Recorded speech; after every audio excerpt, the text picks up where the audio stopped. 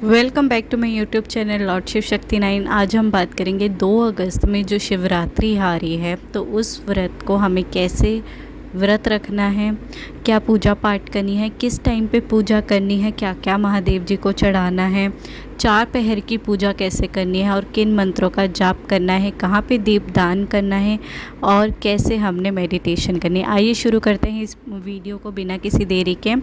सबसे पहले बात कर लेते हैं कि हमें ये जो व्रत है इसे संकल्प के साथ शुरू करना है। सुबह जल्दी उठना है, पूजा पाठ करनी है, शिवजी जी के मंदिर में जाना है, शिवजी जी को जल ज़रूर अर्पित करना है और उसके बाद शुरू हो जाना है महादेव जी का पार्थिव शिवलिंग बनाना।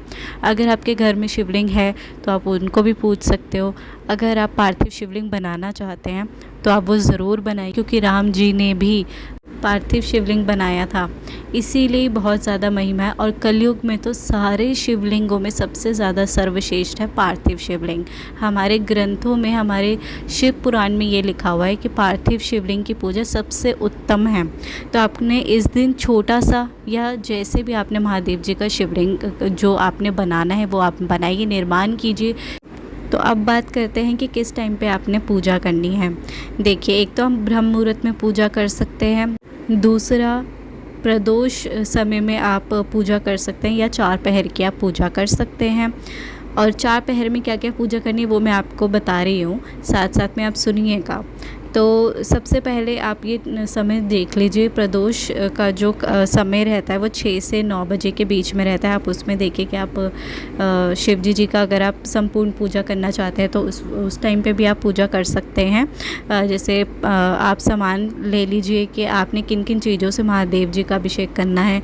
जैसे कि गन्ने का रस ले लिया, इत्र से आपने महादेव जी का जल अभिषेक किया, पंचामृत आपने ले लिया, चंदन से आप महादेव जी का जल अभिषेक करें, जैसे लाल चंदन, पीला चंदन, जिससे भी आप महादेव जी का जल अभिषेक कर सकते हैं। कनेर के फूल महादेव जी को अति प्रिय हैं, उनको चढ़ाइए। शमी का पत्ता महादेव जी को पसंद है, वो चढ़ाइए। आग के पत्ते पे आप राम राम जी लिख के या ओम नमः शिवाय लिख के महादेव जी को वो माला अर्पित करिए। 11-21 जितने आपसे बन सके आप उतने बनाइए और महादेव जी को ये चीज़ें अर्पित करिए।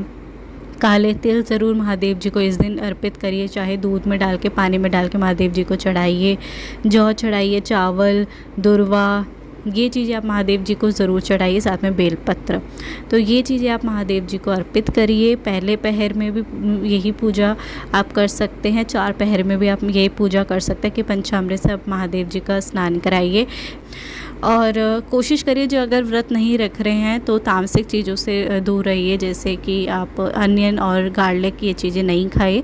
और आप महादेव जी का पूरा टाइम ओम नमः शिवाय का घर में पंचाक्षर स्तोत्र चलता रहे इस दिन स्पेशली।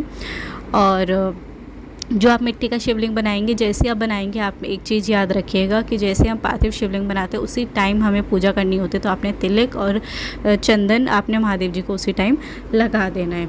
तो अब बात करते हैं कि पूजा में क्या क्या मंत्र करने हैं। पहले तो आप ये देख लीजिए कि आप महादेव जी का अगर आप साधना कर रहे थे और आपकी साधना भी चल रही है तो आप वही मंत्र कीजिए, और जिनकी नहीं चल रही है वो तो ओम नमः शिवाय या नमः शिवाय का जाप करिए। अगर पहले बार पूजा कर रहे हैं तो आपने ओम नमः शिवाय का जाप करना है। शिव पुराण पढ़ सकते हैं, दीपदान कर सकते हैं, और इस दिन आप महादेव जी का ध्यान ज़रूर लगाएं, चाहे आधा घंटा, 10 मिनट, 20 मिनट आप महादेव जी का ध्यान लगाएं। तो अब बात करते हैं कि 4 पहर की पूजा कैसे कैसे करनी है। देखिए, 4 पहर का जो समय रहेगा वो 2 अगस्त से शुरू होकर 3 अगस्त तक रहेगा। तो ये जो 4 पहर पढ़ेंगे इस टाइम पे आप मंत्र उनके हिसाब से भी पढ़ सकते हैं। जैसे कि पहला पहर जो है वो 6 बजे से 9 बजे तक रहेगा, तो आप इस टाइम पे ओम ईशानाय नमः का जाप कर सकते हैं और फिर दूध से अभिषेक महादेव जी का कर सकते हैं। सेकंड पहर जो कि 9 बजे से 12 बजे तक रहेगा, उस टाइम पे आप अघोराय नमः का जाप कर सकते हैं, ओम अघोराय नमः। इससे आप जब दही से अभिषेक कर रहे होंगे तब आपने महादेव जी को ये मंत्र उच्चारण करके बोलना है। और तीसरा जब पहर होगा 12 से 3 बजे के बीच में, तब आपने ओम वाम देवाय नमः का जाप करना है और महादेव जी को घी से महादेव जी का अभिषेक करना है। चौथा पहर जो कि 3 बजे से 6 बजे के बीच में होगा, उषा काल जिसे बोला जाता है, उस टाइम पे आप ओम सज्जो जाता है नमः का जाप करना है। और लास्ट में आपने पंचाक्षर स्तोत्र का जाप ज़रूर करना है। प्लस स्तोत्र जो आप पढ़ेंगे वो आप मतलब उच्च स्वर में पढ़िए, जिससे आप महादेव जी को प्रसन्न कर पाएँ। और उस टाइम पे आप हनी ज़रूर चढ़ाएं जब महादेव जी को आप चौथे पहर में अभिषेक कर रहे होंगे। और इस दिन आप हवन भी कर सकते हैं, आम की लकड़ियों पे भी हवन कर सकते हैं। अगर आपके पास उपला है तो आप उसमें करिए, अगर आपके पास कुछ नहीं है तो आप एक काम करिए, जो भी आपके पास मिट्टी का कंटेनर है वो लीजिए, कपूर लीजिए, लौंग ले लीजिए, इससे महादेव जी का हवन कर लीजिए। 108 कर सकते हैं, 108 लौंग ले लीजिए और मतलब 2-2 करके पेयर्स में, और महादेव जी को अर्पित करिए। सबसे पहले गणेश जी का होती जाएगी, फिर आपके गुरु जी को, अगर आपके गुरु महादेव जी हैं तो महादेव जी को ही आप 108 सीधा शुरू कर दीजिए आप आहुति देना। और उसके बाद अगर अन्य मंत्र आप कोई जपते हैं जैसे माँ लक्ष्मी का, माँ दुर्गा का, माँ काली का, तो आप वो आहुति ज़रूर दीजिए, चाहे 1 दीजिए, 3 दीजिए, 5 दीजिए, 7 दीजिए, 11 दीजिए।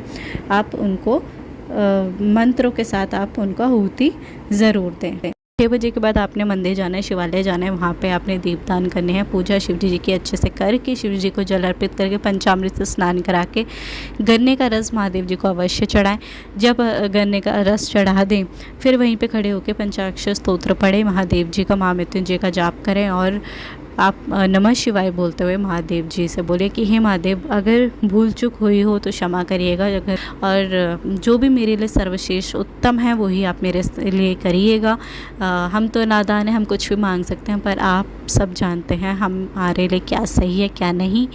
आप भूत भविष्य वर्तमान आप सब देख सकते हैं, तो आप अपनी कृपा से आप जो मेरे लिए सही हो वो आप करिए। और आशा करती हूँ जानकारी आपको अच्छी लगी होगी। जय शिव शक्ति। कोई डाउट हो तो आप मुझे कमेंट सेक्शन में पूछ सकते हैं। हर हर महादेव, जय शिव शक्ति।